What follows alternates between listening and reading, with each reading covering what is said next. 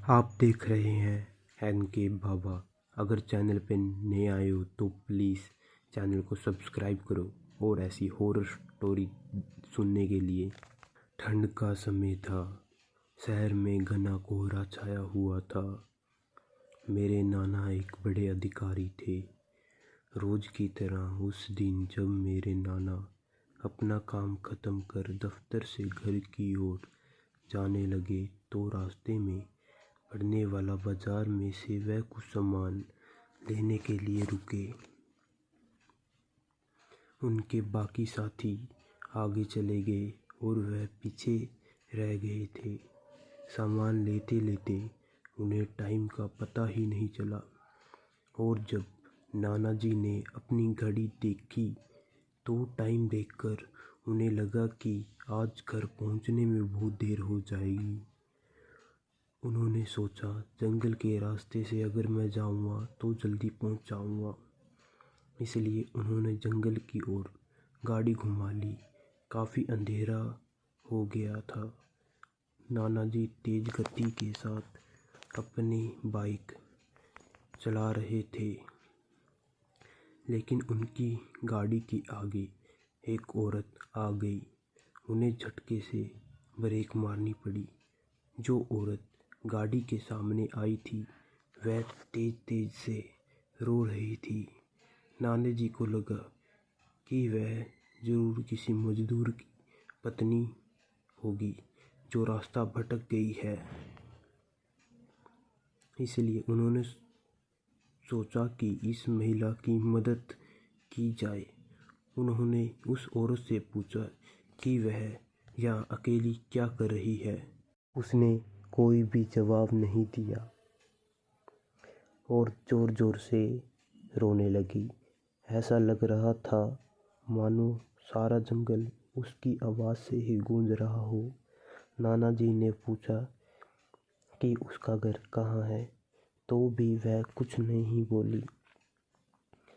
नाना जी ने उसे बोला कि तुम मेरे साथ मेरे घर चलो, सुबह मैं तुम्हें तुम्हारे घर छोड़ दूँगा। वह नाना जी के साथ चलने के लिए तैयार हो गई और गाड़ी के पीछे वाली सीट पर बैठ गई। रीति रिवाज के कारण उसने शायद अपना सिर पर घूंघट कर रखा था, जिसकी वजह से उसका चेहरा छिपा हुआ था। घर पर सब नाना जी का इंतज़ार कर रहे थे।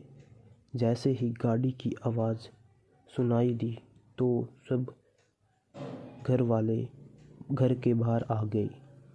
जब उस महिला के बारे में घर में सब पूछने लगे तो नाना जी ने सारी कहानी बताई। नाना जी ने कहा आज खाना यही बना देगी, लेकिन मेरी माँ को उस महिला पर शक हो गया। उन्हें लगा कि यह कोई चोर है जो घर का सामान चुराकर भाग जाएगी। रसोई में सारा सामान रखवा कर मेरी माँ ने उसे कहा कि सब भूखे हैं, इसलिए जल्दी खाना बना दे। उसे रसोई में तो भेज दिया, लेकिन माँ का मन अभी भी शांत नहीं हुआ।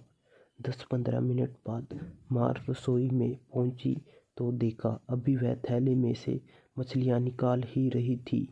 यह देखकर माँ को गुस्सा आ गया।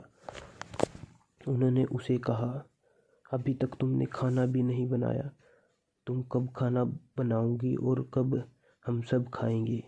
उस महिला का चेहरा अभी भी ढका हुआ था, इसलिए किसी ने उसका चेहरा नहीं देखा था। माँ उसका चेहरा देखने की कोशिश करती रही, लेकिन उन्हें उसकी झलक भी दिखाई नहीं दी। माँ ने कहा कोई ज़रूरत हो तो बुला लेना, लेकिन फिर भी वह कुछ नहीं बोली।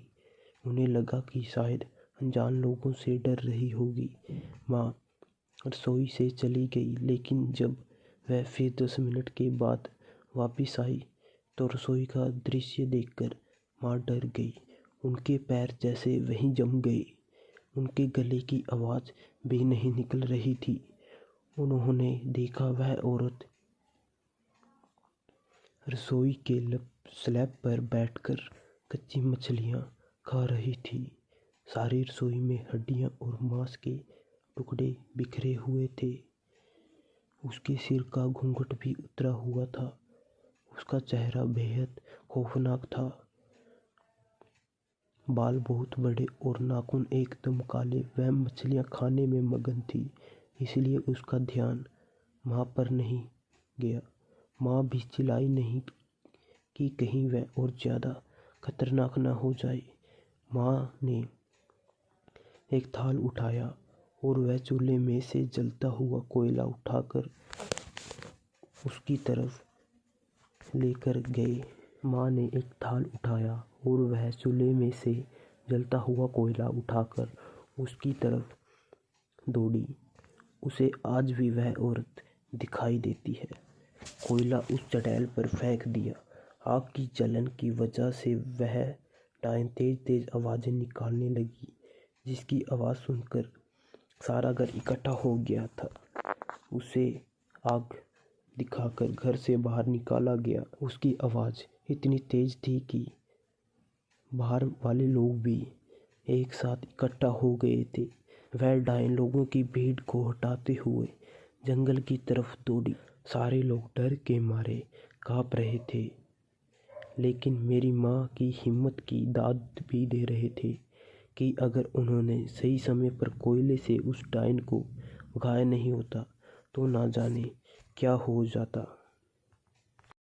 थैंक्स गाइस फुल वॉचिंग के लिए। जय भोलेनाथ।